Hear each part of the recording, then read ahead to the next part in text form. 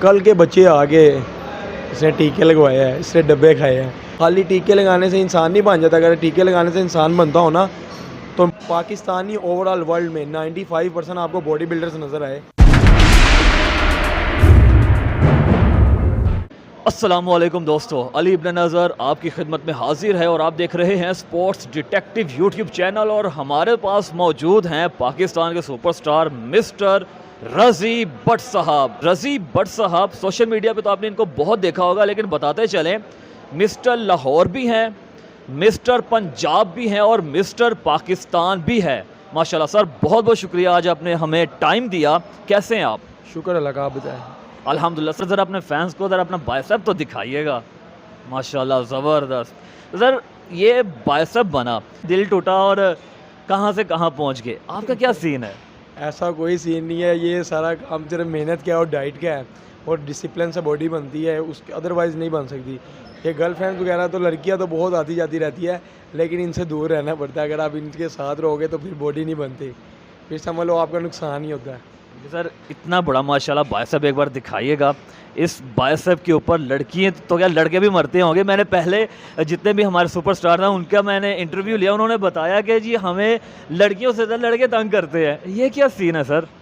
पता नहीं क्या सीन है, मेरा तो अभी तक किसी मतलब ऐसे कोई लड़के से मैं मिला नहीं, लेकिन कुछ लोग हमारे से मोटिवेट होते हैं, कुछ फैंस होते हैं और कुछ मेरे से तो काफ़ी लड़के इंस्पायर होते हैं, ख़ास तौर पर न्यू जनरेशन जो न्यू कमर्स आ रहे हैं, नए बच्चे आ रहे हैं। तो मतलब बीच में आपको पता है फिर हर कैटेगरी के लोग होते हैं, लाइक कुछ जनाने टाइप भी होते हैं तो वो फिर ज़्यादा पसंद करते हैं, उनका भी लड़कियों वाला ही हिसाब होता है, लेकिन जिसम मर्दाना होता है बस इस वजह से उनसे भी बचते हैं। मतलब हर बुरे काम से बचते हैं तो फिर ही आप इसमें कुछ बन पाते हैं, अदरवाइज़ नहीं। बेशक आप हर बुरे काम से बचेंगे तभी मिस्टर रज़ी बट जैसे डोले बना सकते हैं। आपके फैंस ये जानना चाहते हैं कि मिस्टर रज़ी बट कैसे बना, क्या टर्निंग पॉइंट था कि बॉडी बिल्डिंग स्टार्ट की और बॉडी बिल्डिंग में अपना नाम कमाते चले गए? बेसिकली मैंने मैट्रिक किया तो उसके बाद छुट्टियां वगैरह हो जाती है, फारिग था तो मेरे पास कुछ करने को नहीं था। तो मेरा जो कज़न है वो इस फील्ड में था, तो ख़ानदान में लोग उसकी बड़ी तारीफ़ करते थे, बड़ा अच्छा लगता था वो, मुझे भी बड़ा अच्छा लगता था कि यार मतलब काफ़ी फिट आया था। तो मुझे यही था कि मैंने बॉडी बनानी है, कभी लड़ाई हो जाए तो बड़ी काम आती है। मुझे ये था कि बॉडी बिल्डर जो होते हैं ना वो बड़े लड़ाके टाइप होते हैं और इनसे लोग डरते हैं। तो बस ये इस वजह से उसके साथ जिम जाना शुरू हुआ। पहले मैं जाके बैठ जाता था, देखता था लोगों को, उधर अपने कज़न के साथ बैठता था, वो उनसे मतलब हेल्प वगैरह, यार वो डंबल पकड़ा दे, ला के पकड़ा दिया, ये वो, बस इसी में खुश हो जाता था कि इतने सीनियर्स हैं मुझे मेरे से बातें कर रहे होते थे, उनमें बैठना उनको सुनना अच्छा लगता था। बस देख देख कर इसी तरह शौक भर गया और यहाँ से फिर स्टार्ट हो गई है मेरी जर्नी जिम की।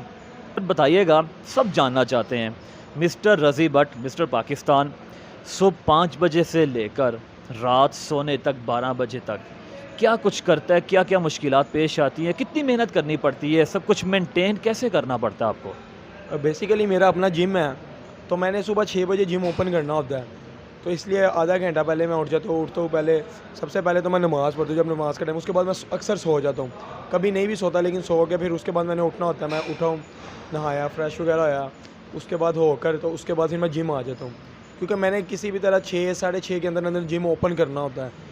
आ गया, उसके बाद जिम को टाइम दिया, 10 बजे मैं घर चले जाता हूँ, फिर लेडीज़ टाइम स्टार्ट हो जाता है और 10 से लेकर 4 बजे तक लेडीज़ टाइम होता है। उस टाइम मैं रेस्ट करता हूँ, यानी कि मैं जाता हूँ यहाँ से, जाकर ब्रेकफास्ट किया, ब्रेकफास्ट करके थोड़ी सी वॉक करके घर के अंदर, ये ट्रेडमिल वगैरह मैंने रखी हुई है, थोड़ी सी वॉक करके कोई 10 मिनट, उसके बाद मैं सो जाता हूँ। सो कर उसके बाद मैं उठता हूँ 3 बजे। 3 बजे मैं उठता हूँ, अपना खाना वगैरह, डाइट वगैरह जो मेरी चल रही होती है सीज़न के मुताबिक, गेन करना है, बल्किंग करनी है, यानी कि लीन करना है, उसके मुताबिक जो डाइट होती है वो लेकर उसके बाद मैं जिम आ जाता हूँ। उसके बाद 4 बजे मैं जिम आ जाता हूँ, फिर 4 से रात 1 बज जाता है, यानी कि जिम का टाइम है 4 से रात 12 बजे तक का, लेकिन बंद करते करते 1 बज जाता है, जिसके अंदर मैंने 4 बजे आते साथ आकर अपनी ट्रेनिंग करता हूँ सबसे पहले, क्योंकि उस टाइम रश नहीं होता। फिर उसके बाद स्टूडेंट्स हैं जो पर्सनल मेरे, वो सर पर आ जाते हैं, ट्रेनिंग करना। फिर डाइट जो है वो मेरा समझ लो मेन मकसद है कि डाइट को मैनेज करना मुश्किल होता है, लेकिन मैं वो ये करता हूँ कि मैं घर में, मतलब मेरी जो वालदा है वो मेरे साथ बहुत ज़्यादा करती है, तो मेरी डाइट वो बना कर रख देती है सारे दिन की रोज़ाना। वो लंच बॉक्स में जिम ले आता हूँ, आधे घंटे बाद, 2 घंटे बाद मैं अपना एक मील लेता हूँ, निकालता हूँ, खा लेता हूँ। यानी कि मेन डाइट का मुझे इशू होता है, बाकी तो मेरा तो बिज़नेस ही यही है, काम ही यही है, मैंने सारा दिन इधर ही होना होता है। तो ये है कि थकावट तो बहुत ज़्यादा हो जाती है, क्योंकि रात के 1 बज जाता है जिम बंद करते करते, उसके बाद अपनी ट्रेनिंग करना, लड़कों को करवाना, सारा दिन खड़े ही रहते हैं तकरीबन। कोई आधा घंटा मिल जाए कि रेस्ट कर ले, वरना नहीं, क्योंकि जैसे जैसे लड़के आई जाते हैं तो सर पे फिर होते हैं, उनको ट्रेनिंग करवानी पड़ती है, उनके सर पे खड़े रहने पड़ता है, क्योंकि न्यू कमर्स है। मैं नहीं चाहता कि किसी को इंजरी हो जाए या कोई गलत साइड लगा रहा हो, कोई भी पेन वगैरह निकल आती है तो वो काफ़ी मसला बन जाता है। तो सर एक बात बताएं, आप सुबह से लेकर रात तक इतनी ज़्यादा मेहनत करते हैं, किस तरह से ख़ुद को मोटिवेट रखते हैं? वो मोटिवेशन का राज क्या है आपका? मोटिवेशन का राज ये लोग ही है। लोग जो मतलब मेरे फैंस हैं, ये तारीफ़ करते हैं तो मुझे बल्कि और ज़्यादा अच्छा लगता है। मेरा दिल करता है कि फिर मैं और इनको मतलब इनके लिए कुछ नया करूँ, कोई नई अचीवमेंट हासिल करूँ या बॉडी में कुछ नया चेंज लाऊँ, ताकि लोग मेरी और तारीफ़ करें। क्योंकि इंसान को मोटिवेट लोग ही करते हैं, डिग्रेड भी वही करते हैं, मोटिवेट भी। और इस फील्ड में हेटर्स का होना बहुत ज़्यादा ज़रूरी है, क्योंकि मैं तो बना ही इसी तरह हूँ, क्योंकि हेटर्स आए थे तो मैं बना हूँ। क्योंकि मुझे कहते होते थे कि ये क्या है, वो क्या, मजाक उड़ाते होते थे, क्योंकि मैं काफ़ी वीक था, मेरा 35 वेट था, इससे ऊपर जाता ही नहीं था। यानी कि आप तो कह रहे थे ना कि 13-14 बाइसेप, नहीं, मेरा समझ लो कि 10-11 था। बहुत ज़्यादा स्मार्ट था, एक स्ट्रक्चर हड्डियों का ढांचा। मैं आपको अपनी पिक्चर सेंड करूँगा, आप दिखाना ज़रा इनको। तो मैं काफ़ी वीक आया था, तो लोग काफ़ी मजाक उड़ाते थे। बस फिर उनके मजाक उड़ाते उड़ाते आज मैं मिस्टर पाकिस्तान बन गया हूँ। और मैं उनका बड़ा शुक्रिया अदा करता हूँ। और मैं मतलब कि जो काफ़ी हेटर था, मैं उनकी लव यू यही बोलूँगा कि उनकी वजह से ही मैं ये बना हूँ। और तो कुछ भी नहीं। ज़बरदस्त। तो रज़ी भाई, हमने देखा था, तमाम दोस्तों को बता दें, रज़ी भट्ट साहब को इंस्टाग्राम पर ज़रूर फॉलो करें। इनकी वीडियो है कि इंस्टाग्राम पर जो रिसेंटली इन्होंने अपलोड की, जिसके अंदर आप जो हेटर्स हैं उनका शुक्रिया अदा कर रहे थे और आप उनको ये कह रहे थे कि जी और हेट करें हमें ताकि मैं फिर से मिस्टर पाकिस्तान बन जाऊँ। ये क्या सीन था? बेसिकली पाकिस्तान एक बार ही बना जाता है, क्योंकि मैट्रिक करके दोबारा मैट्रिक तो किया नहीं जाता। तो एक बार बन गया, अब अगला गोल है इंशाल्लाह बाहर के मुल्क में जाएंगे, कोई कंपटीशन जो इधर भी आएंगे। और मेचर ओलंपिया आ रहा है अगस्त में, उसका भी मूड है, अब देखो क्या बनता है। यार लगे हुए मेहनत कर रहे हैं। बाकी हेटर्स का तो शुक्रिया था, क्योंकि आपकी लाइफ में देखो, अगर कोई हेटर नहीं है, लोग तारीफ़ ही करते जाएंगे, तो आपको पता है कि यार तारीफ़ कर रहे हैं, वो मैं जैसा भी हो जाऊँगा तो तारीफ़ ही करनी है, उन्होंने मेरे फ़ैन है। पर हेटर्स जो होते हैं ना, ये पंप करते हैं, क्योंकि इनका होना बहुत ज़रूरी है। अगर ये लाइफ में ना हो तो फिर मैं इधर ही स्टक रहूँ, क्योंकि ये हेटर्स जो है ना, ये हमें पंप करते हैं तो हम मज़ीद आगे जाते हैं। और कुछ लोग हैं, हेटर्स की बातों को वो सर पे ले लेते हैं और उल्टा मतलब कि अपने आप को वीक समझने लग जाते हैं और एकदम डाउन हो जाते हैं। लेकिन मेरा हिसाब उल्टा है, क्योंकि मैंने शुरू ही हेटर से किया है। जब मैं स्मार्ट था तो जो हेटर्स थे, इन्होंने कह के ये वो फलाना टमकाना, इंजेक्शंस लगाते हैं, स्टीरॉइड्स देते हैं, डब्बे खाता है, फलाना टमकाना, इन्होंने ही मुझे तैयार किया। ये हेट करते थे, बैड कमेंट करते थे, बदतरीफियाँ करते थे, तो आज मैं इस मुकाम पे पहुंचा हूँ। और अब वो मेरे पास ही आते हैं, पिक्चर, सेल्फी, वीडियोस, भाई ये वो जो भी है। ज़बरदस्त। देखिए जी, ये बात तो सच है, अगर अंधेरा नहीं होगा तो रोशनी का पता नहीं चलेगा कि रोशनी कहाँ पर है और किस तरह से है। तो रज़ी भट्ट साहब, हमें बताइएगा कि ये तो हेटर्स थे, इसके अलावा क्या क्या हर्डल्स, मुश्किलात आपको पेश आई माशाल्लाह इतनी ज़बरदस्त बॉडी अचीव करने में? उसमें मुश्किल, सबसे ज़्यादा मुश्किल होती है डाइट, क्योंकि सारा कुछ आपको बंद करना पड़ता है। ना फास्ट फूड खा नहीं सकते, ना कोई बोतल। डाइट सबसे मुश्किल ही डाइट होती है। लोग कहते हैं 80% डाइट, मैं कहता हूँ 95% डाइट, क्योंकि डाइट, फिर उसके साथ टाइम टेबल, डिसिप्लिन, नींद का होना बहुत। यार ये फील्ड मतलब अगर इसको प्रोफेशनली तौर पर आप लेते हो तो काफ़ी स्ट्रगल है इसमें, काफ़ी मेहनत आपको करनी पड़ती है, कुछ एक्स्ट्रा मेहनत करनी पड़ती है। आपने टाइम पर सोना है, टाइम पर उठना है, टाइम पर खाना है, सब कुछ टाइम टेबल के मुताबिक करना पड़ता है। यानी कि इस फील्ड में डिसिप्लिन बहुत ज़्यादा ज़रूरी है। मैंने यानी कि मेरी अगर डाइट, सुबह मैं 6 बजे नाश्ता करना स्टार्ट हुआ ना, जब मैंने कंपटीशन खेलना होता है, तो 6 बजे मेरी पहली मील होती है। उसके 2 घंटे के बाद फिर मैंने 8 बजे, फिर 10 बजे, फिर मैं थोड़ा सा सो लिया, बीच में उठ गया 2 बजे, 4, हर 2-2 घंटे के बाद कुछ ना कुछ खाना पड़ता है। और डाइट लिखी भी इस तरह से होती है कि वो कुछ चीज़ें ऐसी होती है कि वो मैं रात में नहीं ले सकता। अगर वो मिस हो गई है तो मिस हो गई है। वो मतलब टाइम टेबल के मुताबिक, यानी कि मेरे कहने का मकसद है सबसे पहले टाइम टेबल और डिसिप्लिन, उसके बाद ये फील्ड आती है। अक्सर लोग डाइट भी ले रहे होते हैं, ट्रेनिंग भी कर रहे होते हैं, फिर भी नहीं बन रहे होते, हालांकि उनकी नींद नहीं पूरी हो रही होती। और कोई कहता है मैं डाइट भी ले रहा हूँ, ट्रेनिंग भी कर रहा हूँ, नींद भी पूरी है, फिर वो गलत कामों की तरफ लगा होगा। अदरवाइज़ वरना ऐसा नहीं हो सकता कि आप डिसिप्लिन से चल रहे हो, डाइट भी ले रहे हो, ट्रेनिंग भी अच्छी कर रहे हो और आपकी बॉडी नहीं बन रही। तो आप कहीं ना कहीं पे ज़रूर कोई मिस्टेक कर रहे हो, वरना आप मेहनत कर रहे हो तो ये नहीं हो सकता कि अल्लाह पाक आपको उसका फल ना दे। इतनी मेहनत करते हैं, इतना ज़्यादा डिसिप्लिन, कभी दिल तो करता होगा कि यार छड्डो परे की कमे पे हुए आप, तो किस तरह से उस लम्हे को मैनेज करते हैं? हाँ, डाइट के दौरान अक्सर इस तरह चिड़चिड़ापन हो जाता है काफ़ी, लेकिन मैं बार बार डाइट कर करके तो मेरी फील्ड बन गई है प्रोफेशनलिज्म में आकर, तो अब इतना कोई ना गुस्सा चढ़ता ना सर पे सवार ही नहीं करते। लेकिन कभी कभी दिल भी करता है कि यार किन चक्करों में पड़े है, छोड़ो ये है वो है। फिर ख्याल आता है न्यू कमर्स का, अपने फैंस का जो लोग तारीफ़ करते हैं, मोटिवेट करते हैं, जिनकी वजह से मतलब मैं बहुत ज़्यादा मोटिवेट होता हूँ। कुछ हेटर्स, उनको तो पहले भी लव यू बोला, फिर यही पंप करते हैं तो फिर दोबारा, तो इसलिए फिर मैं अपलोडिंग वगैरह वीडियोस वगैरह करता रहता हूँ कि इनके कमेंट्स की वजह से ही मुझे मोटिवेशन मिलती है। तो रज़ी भाई साहब, सबसे ज़्यादा किस बात से आप क्रिटिसाइज़ हुए हैं बॉडी बिल्डिंग की फील्ड में? सबसे ज़्यादा लाइक ये है कि देखे मैंने इतनी मेहनत किया, मैं बन गया हूँ, तो कल के बच्चे आगे इसने टीके लगवाए हैं, इसने डब्बे खाए हैं, यार ठीक है। मैंने तो पहले भी इंटरव्यूज़ में कहा कि मैंने स्टीरॉइड्स लिया है, ठीक है डब्बे खाए हैं, ये सप्लीमेंट वगैरह सारा कुछ, लेकिन इसके पीछे बहुत ज़्यादा मेहनत है, आपको पता नहीं है।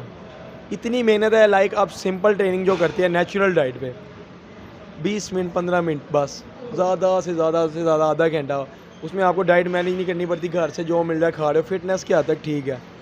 लेकिन अगर हम स्टीरॉइड्स ले रहे हैं, प्रोटीन यूज़ कर रहे हैं, तो हमारे पास एक टारगेट है, एक गोल है। मैंने आपको डिसिप्लिन का बताया, टाइम टेबल का बताया, और ट्रेनिंग अगर आप स्टीरॉइड ले रहे हैं ना, तो आपकी ट्रेनिंग डबल से ट्रिपल हो जाती है। ये नहीं है कि आप उसके सर पे रहो, उसके साथ आपकी डाइट, यानी कि पर डे की डाइट मेरी कम से कम बहुत कम 2000 रुपये की डाइट है एक दिन की। पर डे की 2000 रुपये, और ये मंथली तो बता रहा हूँ मैं, ये कम से कम 2000 की डाइट है सिर्फ, ठीक है। और जो लोग बोलते हैं स्टीरॉइड, आपको पता भी है स्टीरॉइड कितने तक का आता है? आप मुंह उठाकर बोल देते हो स्टीरॉइड सप्लीमेंट, लेकिन मैं ये नहीं कहता कि यार स्टीरॉइड यूज़ करो सप्लीमेंट। बेसिकली मेरा तो काम है, प्रोफेशनलिज्म है, मैंने कंपटीशन खेलने हैं, मेरे पास एक गोल था, टारगेट था, तो जब मैंने कंपटीशन खेलने होते तब मैं ये चीज़ें यूज़ करता हूँ, अदरवाइज़ मैं नहीं करता। लेकिन वही फिर भी कहने का मकसद ये है कि आप अगर ये चीज़ें यूज़ कर भी रहे हो, तो इसके बावजूद भी बॉडी नहीं बनती। इसके साथ डिसिप्लिन ज़रूरी है, टाइम टेबल ज़रूरी है, आपका अच्छा कोच का होना ज़रूरी है, आपका न्यूट्रिशन अच्छा होना चाहिए। खाली टीके लगाने से इंसान नहीं बन जाता। अगर टीके लगाने से इंसान बनता हो ना, तो पाकिस्तान ही ओवरऑल वर्ल्ड में 95% आपको बॉडी बिल्डर्स नज़र आए।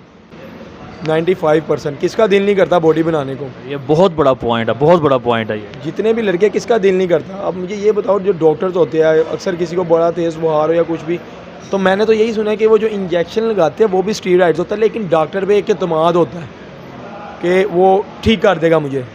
तो जी इसी तरह जब हमारे पास कोई न्यू कमर आता है, या कंपटीशन वाला अगर कोई लड़का आ जाए ना कि मैंने कंपटीशन खेलना है, तो उसके लिए हम डॉक्टर ही होते हैं, वो उसको हमारे पे यकीन होता है, तो वो नहीं देखता, वो कहता है ओके, मतलब टीचर जैसे कह रहे हैं मैं वैसे ही चलूँगा। नॉलेज उसको भी होता है, कई लड़कों को नहीं भी होता, लेकिन हम खुद नॉलेज देते हैं कि अगर ये हमारे पास आया है तो इसको भी पता लगना चाहिए मैं क्या चीज़ें यूज़ कर रहा हूँ क्या नहीं। आजकल तो नेट पर, गूगल पर सब कुछ है, आप सब देख सकते हो। हर बंदे का दिल करता है बॉडी बनाने को, लेकिन तकरीबन बताते बहुत कम लोग हैं, लेकिन 80% लोग इधर स्टीरॉइड्स यूज़ करते हैं, पर बॉडी उनकी फिर भी नहीं बनती। उसकी मेन वजह यही होती है, ना डाइट होती है, ना टाइम टेबल होता है, ना डिसिप्लिन होता है। क्योंकि डाइट नहीं है, आप स्टीरॉइड तो ले रहे हो, बीमार हो जाते हो या कुछ हो जाता है आपको, वो क्यों होता है? आपकी डाइट ही नहीं अच्छी है, आपका टाइम टेबल नहीं है, डिसिप्लिन नहीं, आप सो नहीं रहे हो। मैं एक दिन रात को अगर ना सोऊँ तो अगले दिन मेरा सारा ज़ाया गुजरता है, ना मेरे से डाइट मैनेज होती है, ना ट्रेनिंग लगती है, और मुँह अजीब सी हालत है, एक अजीब सी कैफियत हुई होती है। तो मेरी नज़र में ये नींद, टाइम टेबल, डिसिप्लिन बहुत ज़्यादा ज़रूरी है। खाली स्टीरॉइड लेने से नहीं बन जाता। अगर स्टीरॉइड लेने से मैं आपको बता रहा हूँ बनता हूँ, तो लोग इतने इतने बड़े रिस्क ले लेते हैं, ये स्टीरॉइड्स के। उस हर बंदे बॉडी बिल्डर फिर आपको नज़र आ रहा हूँ। बहुत बुरा पॉइंट है, ये बहुत बड़ी नॉलेज है जो आमतौर पे सर कोई भी नहीं देता। जिसी को पता ही नहीं है कि स्टीरॉइड होता क्या, लगने के बाद क्या फीलिंग्स होती है, वो इन चीज़ों को बिल्कुल भी नहीं जानता। इसके बारे में प्रॉपर इंटरव्यू इंशाल्लाह नेक्स्ट वीडियो में आएगा। आखिर में रज़ी भाई, आप क्या मैसेज देती हैं अपने हेटर्स को और अपने फैंस को? हेटर्स को तो लव यू ही बोलूँगा क्योंकि इन्होंने तो मुझे बनाया है बैड कमेंट कर करके, डिग्रेड कर करके, तो आज इस मुकाम पर अल्लाह पाक ने पहुंचा दिया है, मिस्टर पाकिस्तान बना दिया है। और इतनी छोटी एज में कि एक साल में मुझे सारे टाइटल दे दिया। लड़के 10-10 सालों से लगे हुए हैं, 15-15 साल हो गए कि अभी तक लाहौर नहीं विन की है। बस ये अल्लाह पाक का मेरे पे कुछ खास करम है, कुछ मेरे ट्रेनर का जो मेरा भाई है, कोच है, और माँ बाप का जो मेरी वालदा मेरी टाइम टेबल पे मैं उठने मैं सोया होता तो उठा के डाइट ले मतलब इतना ख्याल रखती थी मेरी डाइट का भी। तो ये एक पूरी टीम वर्क होता है। लाइक इसमें मेरे माँ बाप है, ट्रेनर है, मेरा है, कुछ दोस्त भी होते हैं, काम आ जाते हैं।